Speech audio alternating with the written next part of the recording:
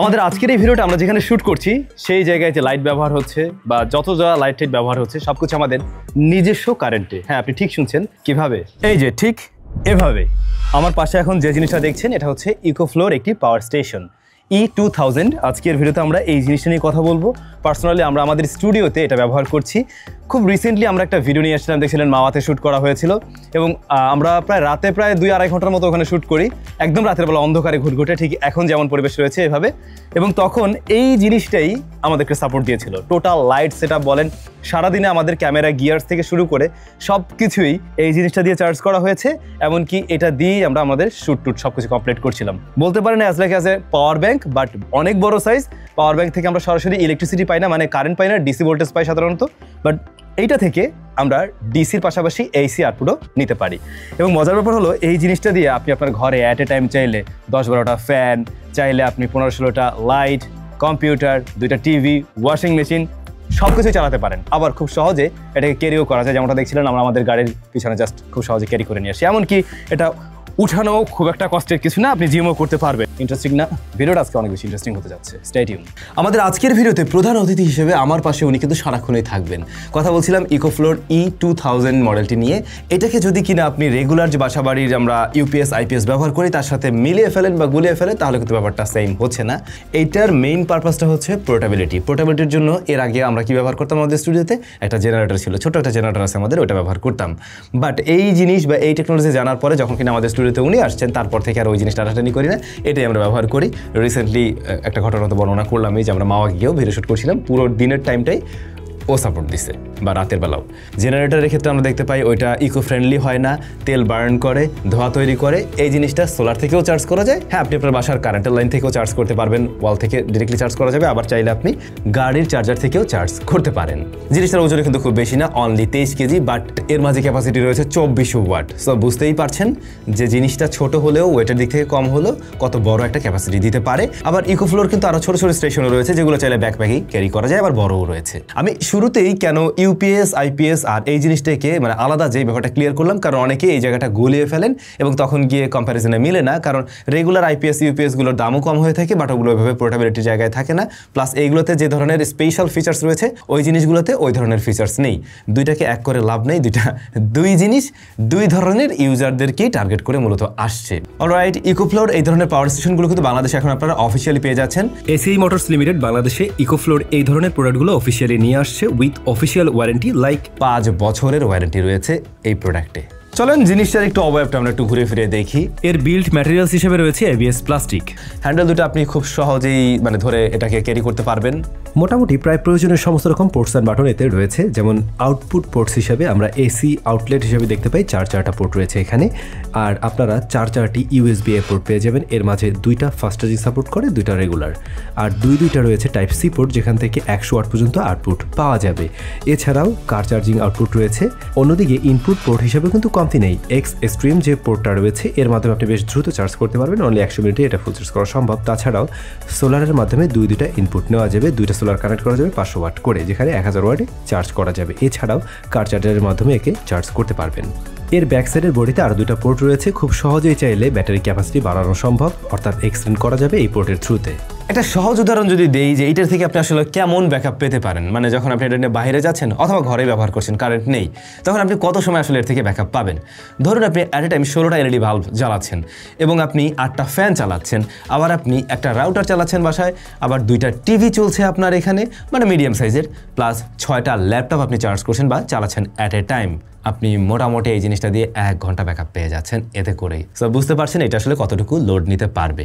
আবার এই জিনিস দিয়ে একটা ওয়াশিং মেশিনও চালানো যেতে পারে, লাইক 500 ওয়াটের একটা ওয়াশিং মেশিন আপনি খুব সহজে কিন্তু চালাতে পারছেন।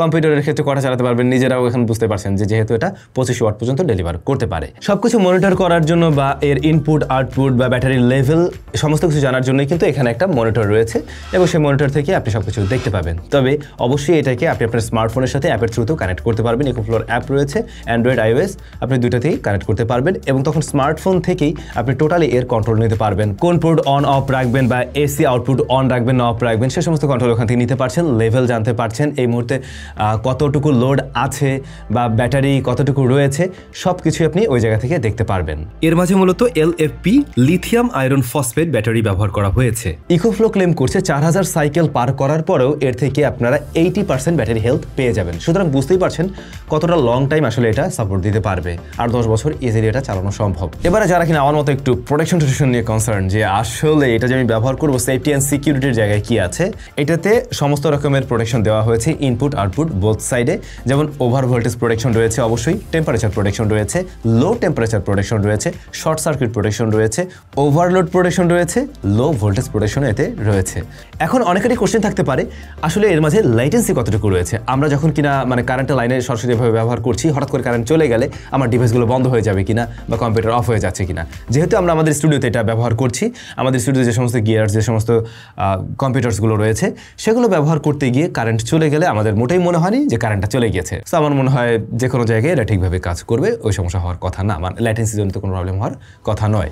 টু বি ভেরি অনেস্ট, আমাদের স্টুডিওতে এই মুহূর্তে এই জিনিসটা এক প্রকার বলা যায়, মানে আমাদের কাছে মনে হয় যে না ও পড়ে আছে, ও কি আসলে আমাদেরকে তেমন কোনো হেল্প করছে, কারণ কারেন্ট তো তেমন একটা যায় না। কিন্তু আমরা অবশ্যই এটা কি তাও ইউপিএস আইপিএস এর মতো করেই ব্যবহার করছি। এর পিছনে একটা কারণ আছে, একটা সুবিধা ঠিকই সে তখনও দিচ্ছে। দেখুন বাংলাদেশের ভোল্টেজ কিন্তু আপ ডাউন করে, সো ওর ইনপুট লাইনে কিন্তু ভোল্টেজ আপ ডাউন করে ঢুকছে, কিন্তু আউটপুট লাইন থেকে আমি অবশ্যই স্টেবল ভোল্টেজই পাচ্ছি। দ্যাটস ওয়াই আমাদের অন্যান্য যে গিয়ার্সগুলো রয়েছে, অন্যান্য যে ইকুইপমেন্ট রয়েছে বা ডিভাইসেস সব কিছু কিন্তু স্টেবল একটা ভোল্টেজের মধ্যে দিয়ে যাচ্ছে। দ্যাটস ওয়াই সেগুলো নষ্ট হওয়ার চান্সেস খুবই কম। তো ওই জায়গায় একটা সেফটি অ্যান্ড সিকিউরিটি সে অবশ্যই দিচ্ছে। আর যদি হঠাৎ করে কারেন্ট চলে যায়, টুকটাক যায়, যেমন পরশুদিনও গিয়েছিল 1 ঘন্টার জন্য, তো এরকম যদি হয় তখন ডেফিনেটলি সে আমাদেরকে বড়সড় একটা সাপোর্ট দিয়ে ফেলতেছে। এবং কখনো 1 ঘন্টা 1.5 ঘন্টায় আমাদের সমস্যা হয় না, কারণ অ্যাট এ টাইম এত লোড দেওয়া তো প্রয়োজন পড়ে না, ইভেন আমাদের স্টুডিওতেও পড়ে না। বাট এই জিনিসটা সত্যি বলতে আমাদের যে কাজে বেশি লেগেছে বা যে কাজে আমাদেরকে হেল্প করে সেটা হচ্ছে আউটডোর শুটিংয়ের ক্ষেত্রে।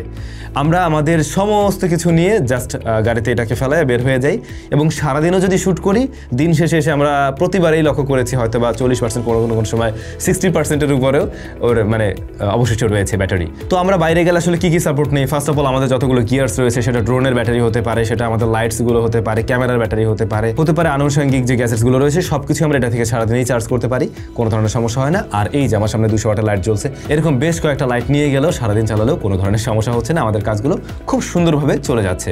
মোটামুটি দেখা যায় যে আমাদের মতো এরকম মিডিয়াম সাইজের বা ছোটো সাইজের প্রোডাকশনগুলো চলে যায়, কোনো সমস্যা হয় না। এখন হ্যাঁ, বড় ভারী প্রোডাকশনগুলোর ক্ষেত্রে তো আরও বেশি দরকার হয়, সেগুলো সামলাতে ওইভাবে ঠিকই পারবে না, তখন গিয়ে আরও বেশি পরিমাণ অথবা আরও বড় সড়ো হাই ক্যাপাসিটির ইকোফ্লোর এই ধরনের জিনিসপত্র দরকার হতে পারে বা সেগুলো ক্যারি করতে হবে। আচ্ছা, চার্জিং টাইমটা যদি আমরা দেখি, 1.4 আওয়ার্স লাগে হচ্ছে গিয়ে মানে ফাস্ট চার্জিংয়ে, আপনি ওয়াল থেকে একদম ফাস্ট চার্জিংয়ে এভাবে চার্জ করতে পারবেন। 1.4 আওয়ার্স মিনস 100 মিনিটের মধ্যেই। আবার 2 ঘন্টা 30 মিনিটের মতো আপনার সময় লাগবে হচ্ছে গিয়ে যদি দুইটা 500 ওয়াটের সোলার প্যানেল দিয়ে আপনি চার্জ করেন। আবার 23 ঘন্টার মতো সময় লেগে যাবে আপনি যদি কিনা 96 ওয়াটে কার চার্জার দিয়ে চার্জ করেন গাড়ির মধ্যে। তো গাড়িতে চার্জ করতে গেলে অবশ্যই বেশি সময় লাগবে, কিংবা সোলার প্যানেল যদি আপনার কম ওয়াটের হয় তখনও কিন্তু অনেক বেশি সময় লাগছে। এখন ফাইনালি আসি এর দামে। এর দামটা কত? 5 বছরের অফিসিয়াল ওয়ারেন্টি সহ এর দাম রয়েছে 1,14,900 টাকা। তো এই দাম দিয়ে সবাই হয়তো বাসাবাড়ির জন্য এভাবে কিনবে না, এবং আসলে সবাইকে ওইভাবে টার্গেট করে জাস্ট ইউপিএস আইপিএস হিসেবে ব্যবহার করার জন্যও না। এটার পারপাসগুলো মনে হয় আমি বুঝাইতে পারছিলাম যে কোথায় কোথায় কী কী কাজে। তো সেই সমস্ত জায়গায় ওই ধরনের অফিসিয়াল অ্যাক্টিভিটি বলেন বা যাদের আসলে বেশি পোর্টেবিলিটি প্রয়োজন পড়ে, সে সমস্ত জায়গায় আসলেই দুর্দান্ত একটা জিনিস, বেশ কাজের জিনিস, ব্যবহার করলে মজা পাওয়া যায়, এটা সত্যি, মানে এটা ব্যবহার করলে আসলে মজা পাওয়া যায়, এটা ট্রু। একই সাথে দামটাও অনেক বেশি ভাই, অনেক বেশি। এই দাম দিয়ে বাংলাদেশের প্রেক্ষাপটে সবাই কেনার মতো আসলে সামর্থ্য রাখে না। এটার ইন্টারন্যাশনালি যদি প্রাইস বলতে চাই, গ্লোবাল মার্কেটের দাম আসলেই বেশি, এটা মানে দামি জিনিসই। তো বুঝতে হবে জিনিসটা আসলে কার কেনা উচিত, কার কেনা উচিত নয়। যাদের কেনা উচিত তারা হয়তো বা এদিক ওদিক চিন্তা না করে ঠিকই কিনবে, এই জিনিসই কিনবে। যেমন আমাদেরকেও মানে কিনতে হয়েছে, আমরাও বাধ্য হয়ে এক প্রকার মনে হয়েছে না আসলে এটা হলে সুবিধা হয়, এই আর কি। তবে এটার ক্ষেত্রে বলা যেতে পারে আসলে ওয়ান টাইম ইনভেস্টমেন্ট, কারণ একবার যদি আপনি ইনভেস্ট করে ফেলেন সেক্ষেত্রে আর বারবার টাকা পয়সা খরচ করতে হচ্ছে না, বরং অলমোস্ট 10 ইয়ার্সের কাছাকাছি আপনি ব্যবহার করতে পারবেন একটা জিনিসই। তো জিনিসটাকে আমরা রেগুলার আইপিএসের সাথে কম্পেয়ার না করে যদি জেনারেটরের সাথেও কম্পেয়ার করি, তাহলে জেনারেটর থেকে আমার কাছে তো অ্যাটলিস্ট মনে হয় এটা বেটার, যেহেতু আমার কাছে এখন জেনারেটরও আছে, এটাও আছে, বাট আমি ওইটা রেখে এটাই ব্যবহার করি কারণ আমার কাছে মনে হয় এটা। বাট একটা কনসেপ্ট জায়গা অবশ্যই আছে, আর তা হচ্ছে ধরেন আপনি আউটডোরে আছেন, কোনো কারণে আপনার এটার ব্যাকআপ শেষ, জেনারেটরে কিন্তু আশেপাশ থেকে তেল কিনে ঢুকানো যায়, এইখানে আমরা সেটা পারবো না। বাট তখন ওর সাথে যদি একটা সোলার প্যানেল থাকে, সারাদিন বাইরে থাকলে অটোমেটিক চার্জ হতে থাকবে। সো আছে প্রোস অ্যান্ড কনস, বোথ সাইডে আছে। আই হোপ আপনি ক্লিয়ার। এই জিনিসটা অলরেডি কারা ব্যবহার করছেন কমেন্ট করে জানাবেন, আপনার অভিজ্ঞতা শেয়ার করবেন কমেন্ট সেকশনে। আর কারা কিনতে চান সেটাও জানাতে পারেন। কেমন কি লাগলো কমেন্ট করে জানাবেন। ভালো থাকুন, দেখা হচ্ছে নতুন ভিডিওতে।